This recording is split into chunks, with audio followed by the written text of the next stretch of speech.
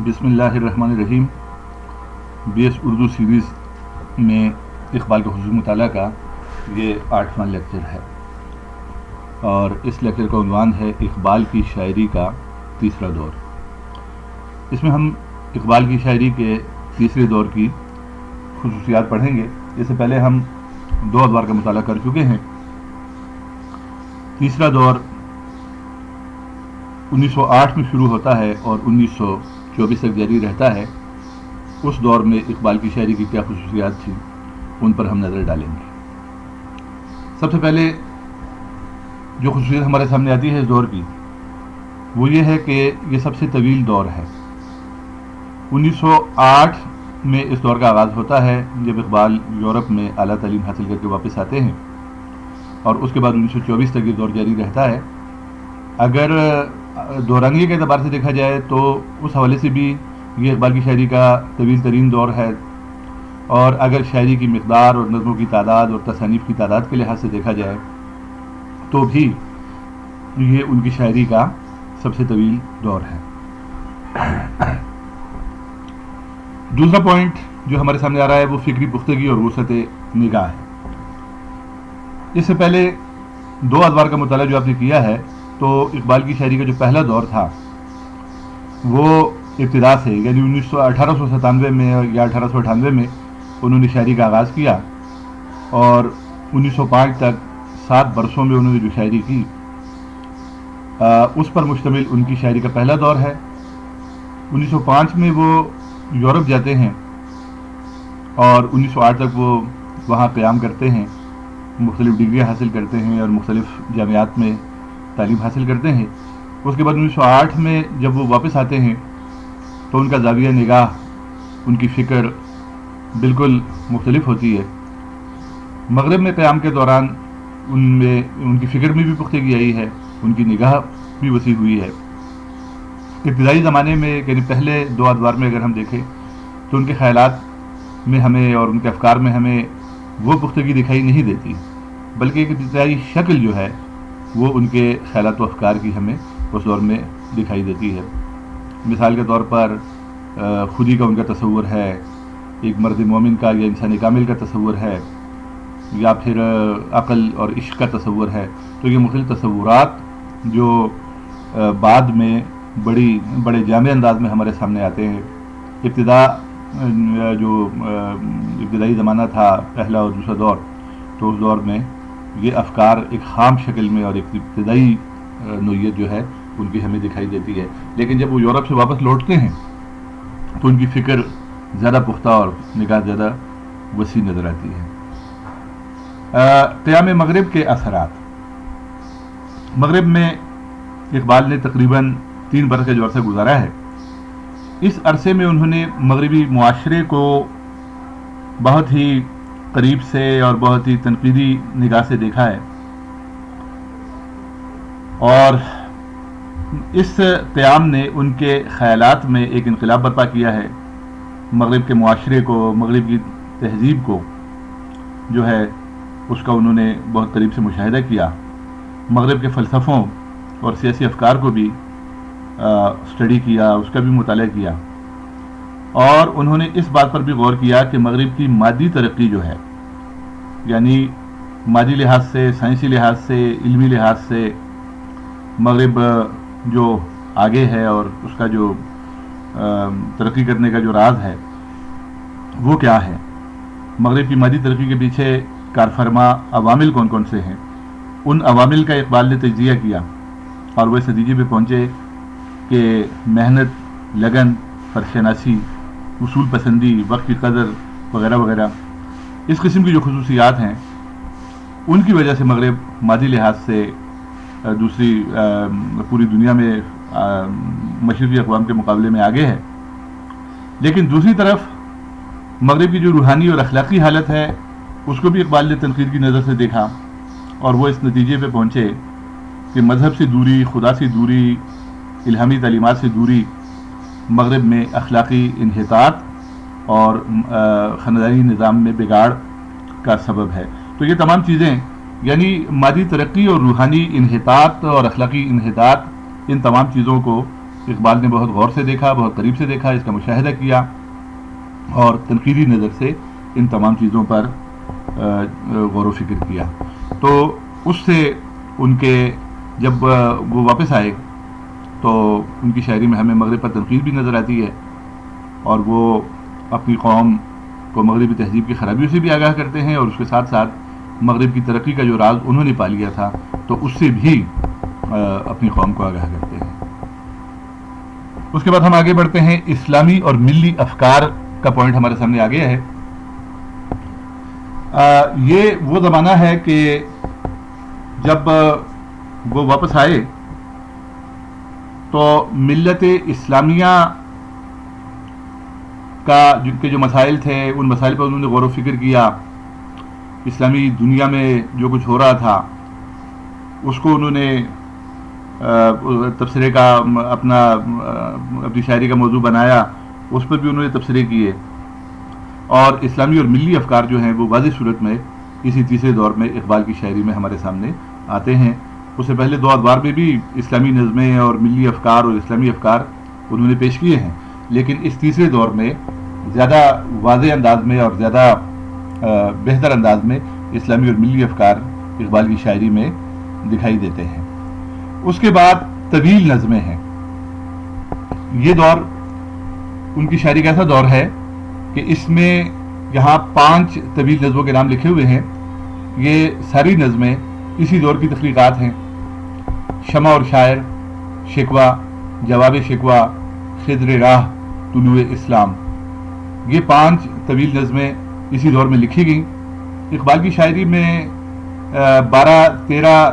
طویل نظمیں ہیں، اور جن میں سے زیادہ مشہور جو ہیں وہ 8 یا 9 طویل نظمیں زیادہ مشہور ہیں. یہ تمام نظمیں جو انہوں نے لکھی ہیں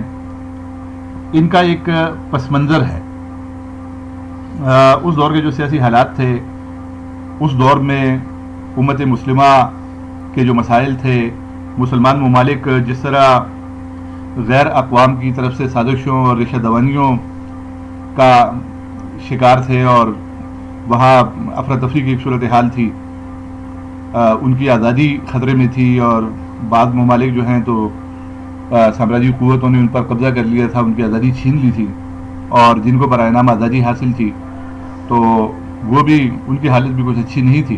تو اقبال نے تمام حالات کو دیکھا، اور انہی حالات کے پس منظر میں انہوں نے یہ نظمیں کہیں. ان کی ہر ایک طویل نظم کا ایک سیاسی پس منظر ہے اور ایک سماجی پس منظر ہے، اور اس دور کے حالات جو ہیں اس کے پیچھے ہمیں کارفرما دکھائی دیتے ہیں. یہ شمع اور شاعر، شکوہ، جواب شکوہ، خضر راہ، طلوع اسلام، یہ 5 نظمیں اگر ان کو دیکھا جائے تو اپنی قوم کا ایک درد اور عالم اسلام کا ایک درد ہمیں ان تمام نظموں میں دکھائی دیتا ہے. یہ تمام نظمیں ہمارے کورس کا حصہ ہیں. ہم ان کو باقاعدہ تفصیل کے ساتھ پڑھیں گے، ان کا پس منظر بھی پڑھیں گے، اور ان نظموں میں اقبال نے جو پیغام دیا ہے اس کا بھی ہم تفصیلی مطالعہ کریں گے. یہ ہمارے کورس میں شامل ہیں، لیکن یہاں ہم صرف ان کا ذکر کرتے ہیں کہ یہ 5 طویل نظمیں اسی دور کی یادگار ہیں کہ جس کو ہم اقبال کی شاعری کا تیسرا دور کہتے ہیں. اس کے بعد اگلا پوائنٹ جو آ رہا ہے وہ ملت اسلامیہ کا زوال اور مسلمانوں کی عظمت رفتہ ہے. آپ جانتے ہیں کہ ملت اسلامیہ کا زوال اور مسلمانوں کی عظمت رفتہ ایک ایسا موضوع ہے کہ جو اقبال کی شاعری کا مرکز و محور ہے. ان کی تمام شاعری ملت اسلامیہ کے زوال اور مسلمانوں کی عظمت رفتہ کے گرد گھومتی ہے. اقبال نے مسلمانوں کے زوال کے اسباب کو تلاش کرنے کی کوشش کی ہے. مسلمانوں کی یا امت مسلمہ کی یا عالم اسلام کی، ملت اسلامیہ کی جو حالت تھی اس کا اقبال نے تجزیہ کیا ہے، اور پھر مسلمانوں کو اقبال نے ان کی عظمت رفتہ یاد دلائی ہے. یعنی ماضی میں مسلمانوں نے جو شاندار کارنامے انجام دیے، ماضی میں مسلمانوں نے جو تاریخ رقم کی، جو بڑی فتوحات کی، جو بڑے علمی کارنامے انجام دیے، جو سیاسی میدان میں مسلمانوں نے جو ترقی کی، ان تمام چیزوں کو اقبال نے مسلمانوں کے سامنے رکھا، ان کے روشن ماضی سے ان کو آگاہ کیا. اقبال اصل میں ماضی کے آئینے میں، ماضی کی روشنی میں مستقبل کا لائحہ عمل تیار کرنے کے لیے اپنی شاعری کو اس دور میں استعمال کرتا ہے۔ اس حوالے سے اگر دیکھا جائے تو یہ جو نظمیں جن کے عنوان یہاں لکھے ہوئے ہیں، بلاد اسلامیہ، غرہ شوال یا ہلال عید، شمع اور شاعر، شکوہ اور جواب شکوہ، خطاب نوجوانان اسلام اور جنگ یرموک کا ایک واقعہ، ان تمام نظموں کا جو لب لباب ہے یا ان کا جو موضوع ہے وہ ملت اسلامیہ کا زوال اور مسلمانوں کی عظمت رفتہ ہی ہے۔ کہیں وہ مسلمانوں کی موجودہ حالت کا نوحہ لکھتے ہیں، موجودہ دور میں جو مسلمانوں پر بیت رہی ہے اس کا ماتم کر رہے ہیں، اور کہیں وہ مسلمانوں کو ماضی کے مسلمانوں کے کارنامے یاد دلا کر ان کو غیرت دلانے اور اپنے آپ کو بدلنے اور اپنے اسلاف کی پیروی کرنے اور ان کی تقلید کرنے کا مشورہ دیتے ہیں۔ تو ان نظموں کو اگر ہم تھوڑا سا ان پہ نظر ڈالیں، بنیادی طور پر تو ان کا موضوع ملت اسلامی کے زوال اور مسلمانوں کی عظمت رفتہ ہی ہے۔ ان میں سے ایک ایک نظم کو اگر ہم دیکھیں تو سب سے پہلی نظم جو ہمارے سامنے آتی ہے وہ بلاد اسلامیہ ہے۔ بانگ درا کے تیسرے حصے کو اگر آپ کھولیں تو اس میں پہلی نظم جو آپ کو نظر آئے گی تو وہ بلاد اسلامیہ ہوگی۔ یہاں ایک بات آپ یہ بھی یاد رکھیں کہ یہ تمام کی تمام نظمیں جن کا ذکر ہم اس لیکچر میں کریں گے، جن کے نام آپ کے سامنے اس لیکچر میں آئیں گے، جن کی طرف ہم اشارہ کریں گے، یہ تمام نظمیں میں PDF کی صورت میں آپ کو بھیج چکا ہوں۔ آپ وہاں سے ان نظموں کا مطالعہ کریں اور پھر اس کی روشنی میں اس لیکچر سے بھی استفادہ کریں، تو آپ پر ان باتوں کی، ان نکات کی زیادہ بہتر تفہیم ہوگی۔ جب آپ خود ان نظموں کا مطالعہ کریں گے تو بہتر طور پر آپ چیزوں کو سمجھ سکیں گے۔ اب یہاں پر پہلی نظم کی بات ہو رہی تھی کہ پہلی نظم جو ہے وہ بلاد اسلامیہ ہے۔ بلاد اسلامیہ میں اقبال نے مسلمانوں کو ان کی عظمت رفتہ یا ان کی تاریخ یاد دلانے کے لیے ایک بہت ہی مؤثر طریقہ اختیار کیا ہے کہ انہوں نے ان مقامات کا، ان اماکن کا، ان مقامات کا ذکر کیا ہے کہ جہاں سے اقبال کی نظر میں مسلمانوں کی عظمت رفتہ اجاگر ہو سکتی تھی، یعنی وہ مقامات کہ جن مقامات سے مسلمانوں کی تاریخ وابستہ ہے اور مسلمانوں کی یادگاریں جن مقامات میں ہیں، ان کا ذکر اقبال نے اس نظم بلاد اسلامیہ میں کیا ہے۔ بلاد اسلامیہ کا آغاز اس شعر سے ہوتا ہے کہ سرزمین دلی کی مسجود دل غم دیدہ ہے، ذرے ذرے میں لہو اسلاف کا خوابیدہ ہے، پاک اس اجڑے گلستان کی نہ ہو کیوں کر زمیں، خانقاہ عظمت اسلام ہے یہ سرزمین۔ یعنی نظم کا آغاز جس مقام سے ہوتا ہے، اس میں مختلف شہروں کا ذکر ہے، وہ شہر کے جہاں مسلمانوں کی یادگاریں موجود ہیں اور جس شہر کے ساتھ مسلمانوں کی تاریخ وابستہ ہے اور مسلمانوں کی تاریخ کے اہم واقعات وابستہ ہیں، ان کا ذکر کرتے ہیں۔ سب سے پہلے دلی سے آغاز کرتے ہیں، سرزمین دلی کی مسجود دل غم دیدہ ہے،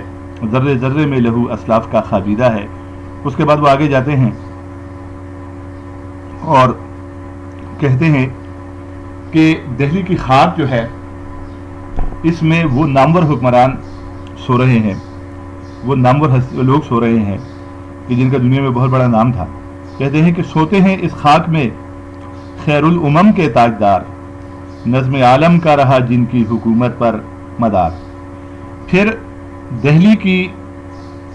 تعریف کرنے یا دہلی کا ذکر کرنے کے بعد وہ آگے بڑھتے ہیں اور کہتے ہیں کہ ہے زیارت گاہ مسلم گو جہاں آباد بھی، اس کرامت کا مگر حقدار ہے بغداد بھی۔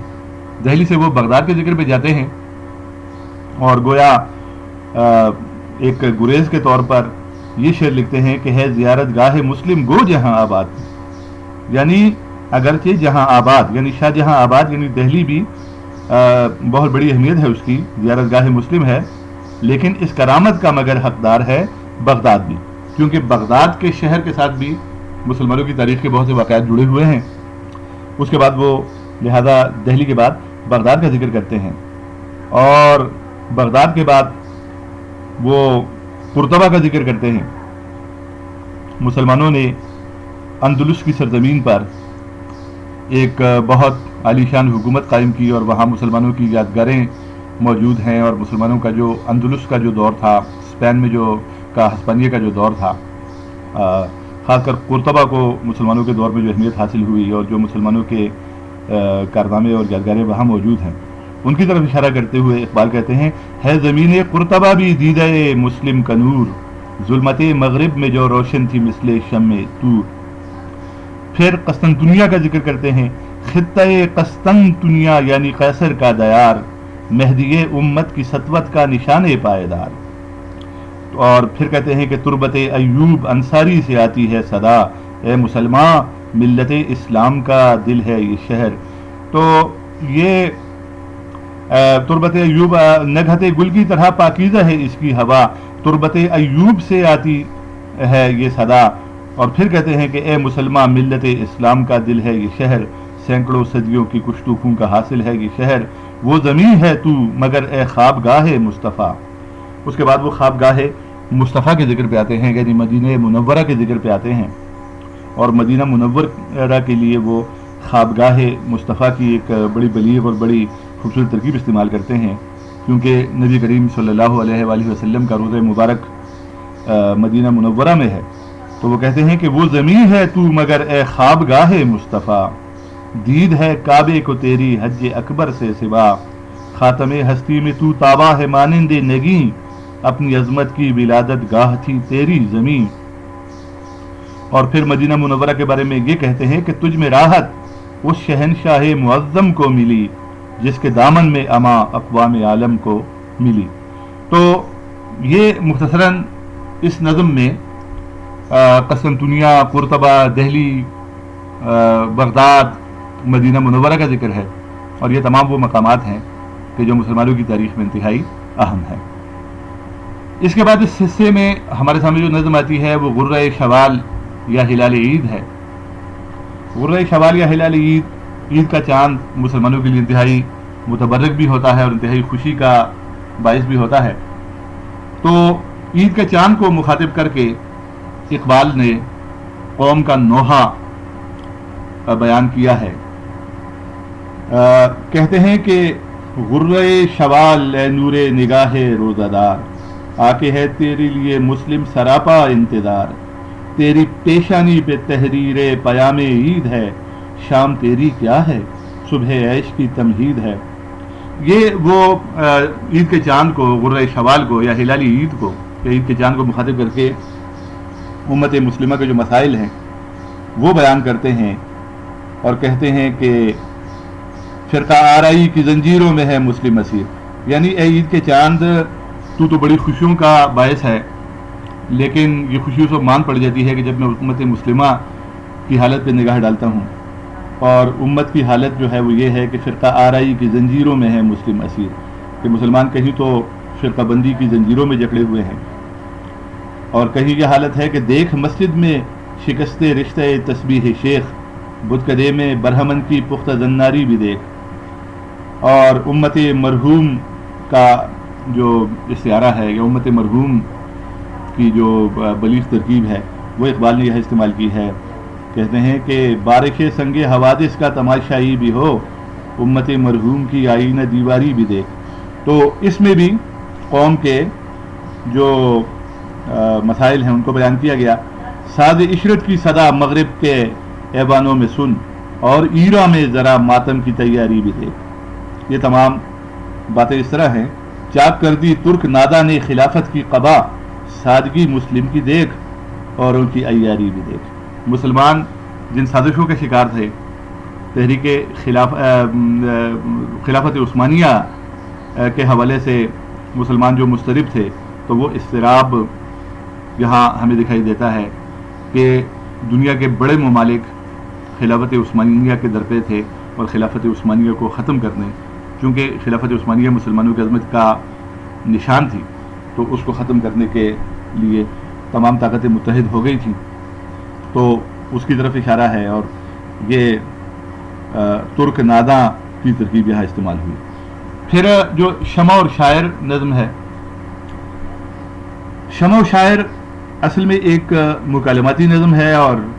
اس میں بہت بڑا طنز ہے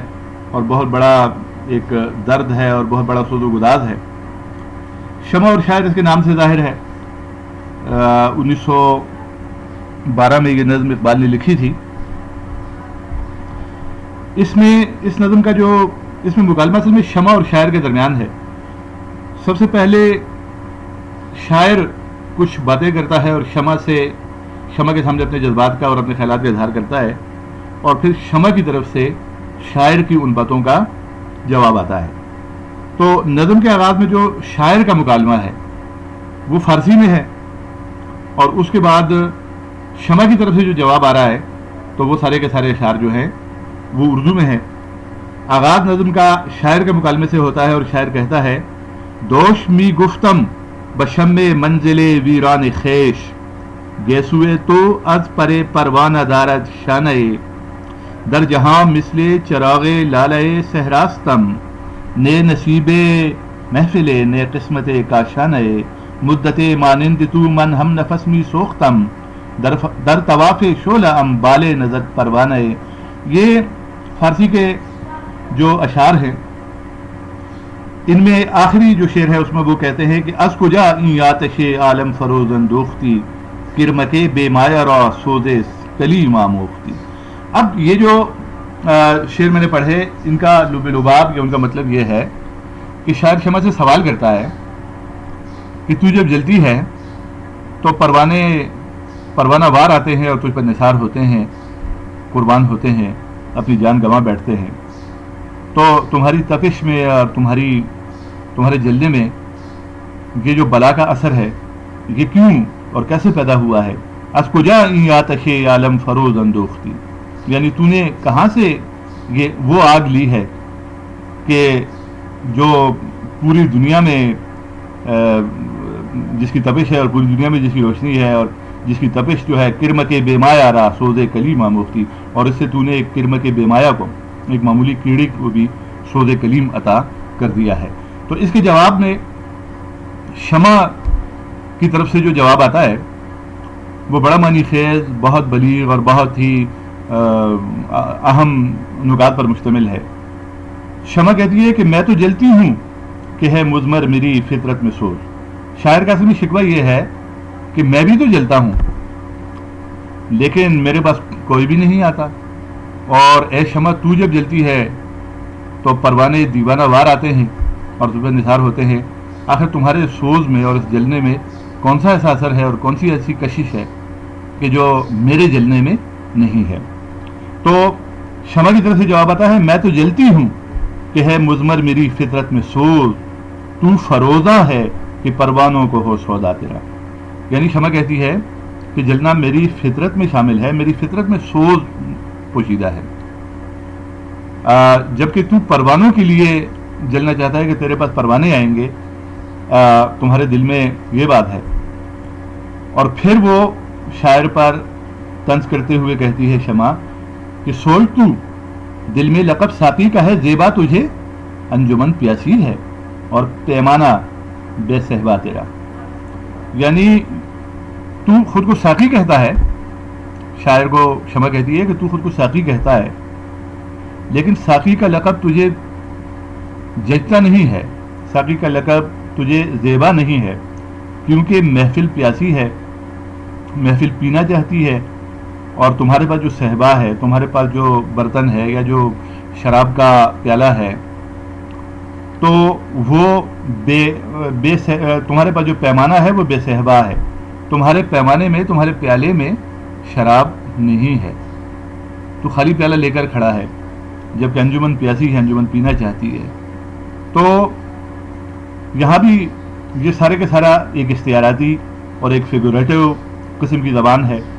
کہ جس کے ذریعے اقبال نے مسلمانوں پر طنز کیا ہے، اور مسلمانوں کے جو واعظین ہیں اور مسلمانوں کے جو رہبر ہیں اور رہنمائی کرنے والے لوگ ہیں ان پر اقبال نے طنز کیا ہے، مسلمانوں کے لیڈروں پر بھی طنز کیا ہے۔ قیس پیدا ہو تیری محفل میں یہ ممکن نہیں، تنگ ہے صحرا تیرا، محمل ہے بے لیلا تیرا۔ اور پھر وہ کہتے ہیں کہ تھا جنہیں ذوق تماشا وہ تو رخصت ہو گئے، لے کے اب تو وعدہ دیدار عام آیا تو کیا۔ یعنی جو ذوق تماشا رکھنے والے لوگ تھے وہ تو چلے گئے، اب تو دیدار کرانے کے لیے آیا بھی تو کیا، یعنی تو جو